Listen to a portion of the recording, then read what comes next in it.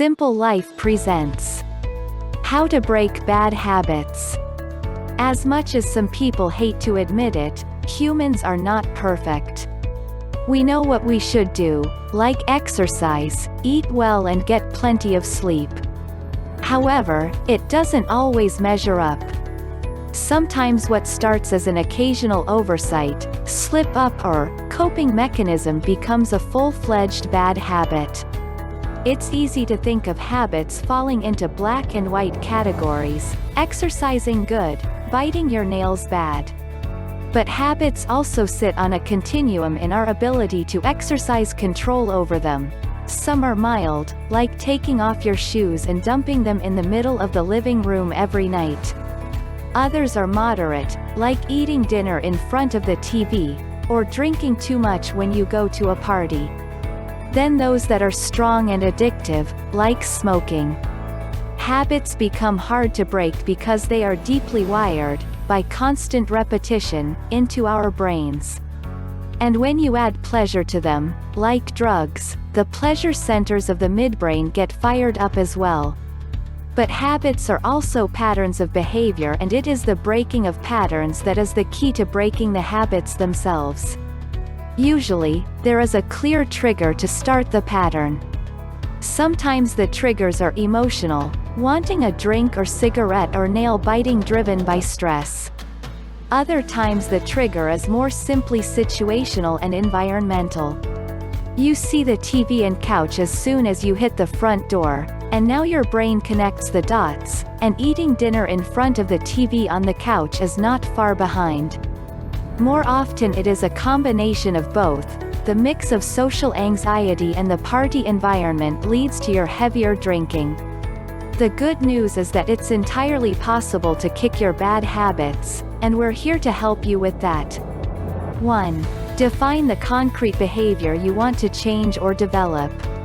Getting more exercise or treating your partner better may sound great, but they give you little to grasp onto. You need to prime the habit-breaking process by thinking in terms of specific, doable behaviors. For example, not dumping your shoes in the living room but putting them in your closet.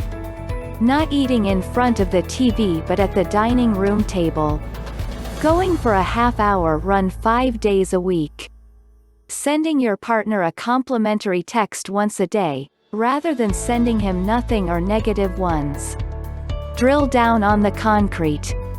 2. Identify the triggers. The refrigerator may be enough of a trigger to have you go for the beer once you hit the door, just as seeing the junk food on the counter will when you get bored. Or it may be that spark of social anxiety that cranks up the drinking when you think of an upcoming event with more than 3 people.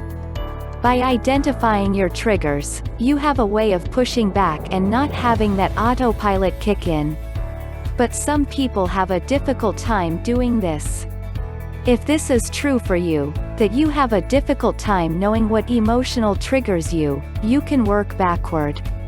For example, when you are craving a drink or biting your nails, slow down, and use your awareness of these behaviors as signals to ask yourself, what is going on emotionally? 3. Deal with the triggers. Because we're wanting to break patterns, you now want to do something about the triggers themselves. You proactively get junk food or beer out of the house. While driving home, you realize that you are stressed, sit in the car, and listen to music that you like. While sitting in your car, do a few minutes of deep breathing to relax. It is better than automatically marching into the danger zone of the kitchen. 4. Develop a substitute plan. Breaking habits isn't about stopping but substituting. Here is where you come up with a plan for managing the party without drinking. Get a mocktail and hanging close by your good friend, rather than grabbing a drink and being stuck with a bunch of strangers. If you are concerned about your binge eating at night, plan to bring 2 cookies to your bedroom at 10 o'clock and resolve not to go back downstairs for the rest of the evening. This prevents you from finding yourself wandering around the kitchen all evening and veering towards the kitchen.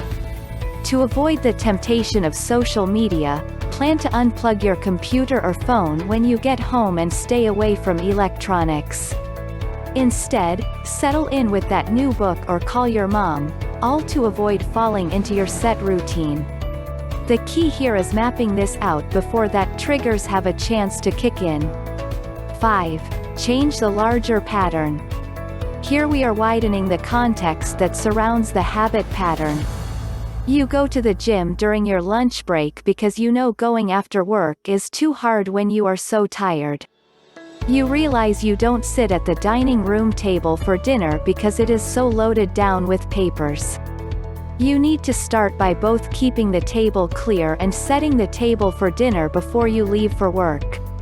By changing the larger pattern, you are not only making it easier to tackle the core habit, you also practice exercising your willpower on smaller, easier pattern-breaking behaviors. This can add to your sense of empowerment. 6. Use prompts. These are reminders to help you break the pattern by creating positive triggers and alerts to keep you on track. Putting your running shoes at the side of your bed so you see them first thing in the morning. Putting an alert on your phone to leave for the gym. Checking in with yourself and gauging your stress level on the way home before it gets too high and out of your control. 7. Get supports. If you and a friend or partner both want to break an unwanted habit, try to do it together. Say you both want to stop smoking. Dealing with cravings on your own can be tough. Quitting along with a friend won't make the cravings go away, but they might be easier to deal with when facing them with someone else. Make it a point to cheer each other's successes and encourage each other through setbacks. A friend can still offer support even if they don't have any habits they want to change. Consider telling a trusted friend about the habit you're trying to break.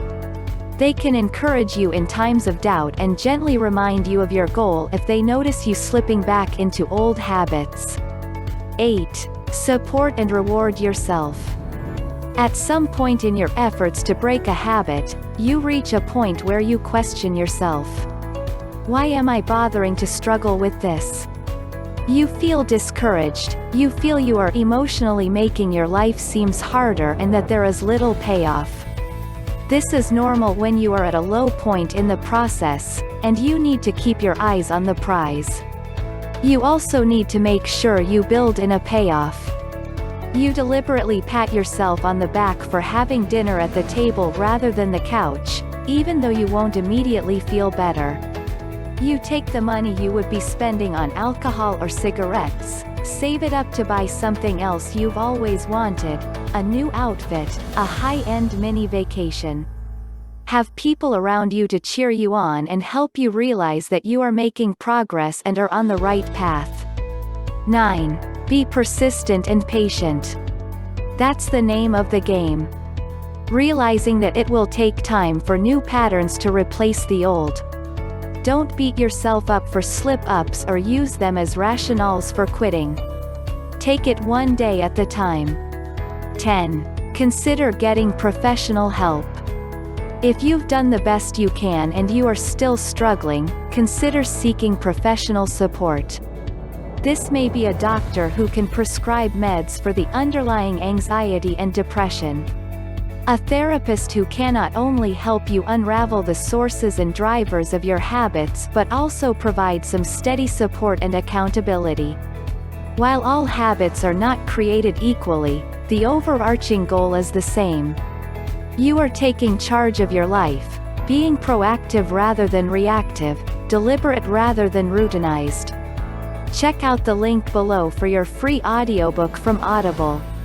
If you like the video, do subscribe, like, and comment. Do hit the subscribe button and turn on the notification. Thank you for watching.